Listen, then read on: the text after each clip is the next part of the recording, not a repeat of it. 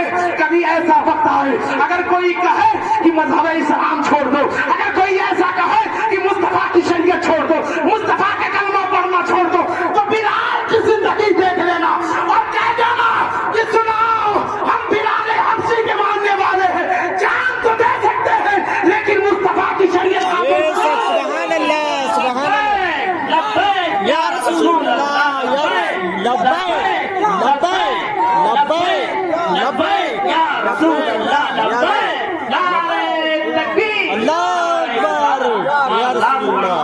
بہت بڑھیا حضرت, بہت بڑھیا.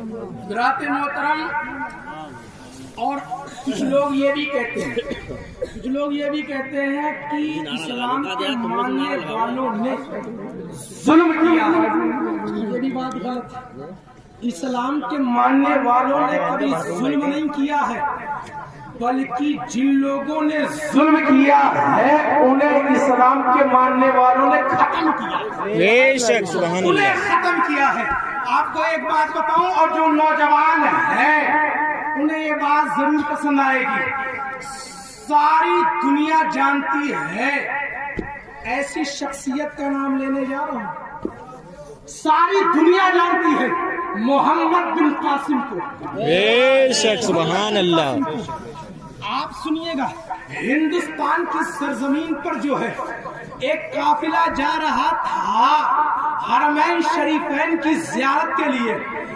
کچھ راجاؤں نے مل کر کے اس میں جو خواتین تھیں ان کو روکا, ان کو قیدی بنایا گیا, اور جب قیدی بنایا گیا تو وہ اسلام کی شہزادیوں نے کہا تھا کہ ہے کوئی اسلام میں ایسا جو ہماری عزت کو بچا لے آ کر کے, ہے کوئی ایسا جو ہمارے وقار کو بچا لے آ کر کے. اللہ اکبر. ایک تاجر جو ہے یہ ملک عرب سے آیا تھا ہندوستان, اس نے ہندوستان کی ان خواتین کی باتیں سنی, اور سننے کے بعد پھر جب جو ہے مکہ پہنچا, مکہ پہنچنے کے بعد جو ہے اس نے یہ بات کہی, کہا سنو سنو, کچھ ایسی شہزادیاں ہندوستان میں رہتی ہیں جن کو بادشاہوں نے قید کر لیا ہے, وہ آج پکار رہی ہے, وہ آج اپنی مدد چاہتی ہے. اللہ اکبر. حضرت محمد بن قاسم کھڑے ہوتے ہیں, اور کھڑے ہونے کے بعد کہتے ہیں سنو, اگر اسلام کی شہزادیاں تھی, اگر انہوں نے محمد کے شہروں کو بلایا ہے تو ضرور ہم ان کی مدد کرنے کے لیے. بے شک سبحان اللہ سبحان اللہ. سبحان اللہ سبحان اللہ. اللہ اکبر یا رسول اللہ. زندہ باد زندہ باد. بہت بڑھیا. محمد بن قاسم نے ارادہ فرمایا کہ میں جاؤں گا, اور جو اسلام کی شہزادیاں ہیں ان کو باعزت بری کراؤں گا. اور محمد بن قاسم جو ہے ملک عرب سے چلتے ہیں, ہندوستان کی سرزمین سندھ میں آتے ہیں, اور سندھ میں آنے کے بعد آپ بڑا پریشان تھے, آپ ششو پنج میں مبتلا تھے, آپ حیران تھے کہ ملک ہندوستان کی آب و ہوا سے میں واقف نہیں ہوں, ہندوستان کے راستوں سے میں واقف نہیں ہوں, اور یہاں کا جو راجا ہے نا راجا وہ بڑا پاورفل ہے, میں اس سے کیسے جنگ کروں گا, میں اس سے کیسے لڑوں گا.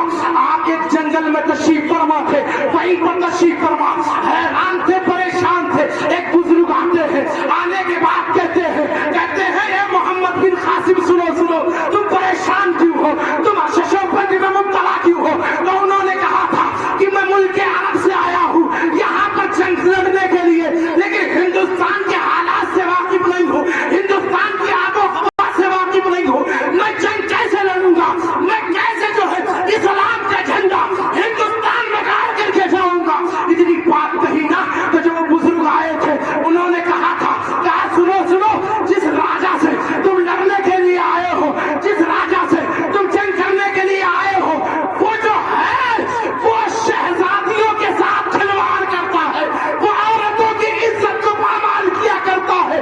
جیسے اتنی بات سنی تھی نا محمد بن قاسم نے کہا تھا, اور سپاہیوں سنو سنو, انشاءاللہ کل جنگ ہوگی اور اللہ ہمارے ہاتھ پر فتح عطا کرے. سبحان اللہ سبحان اللہ. بے شک. اللہ اکبر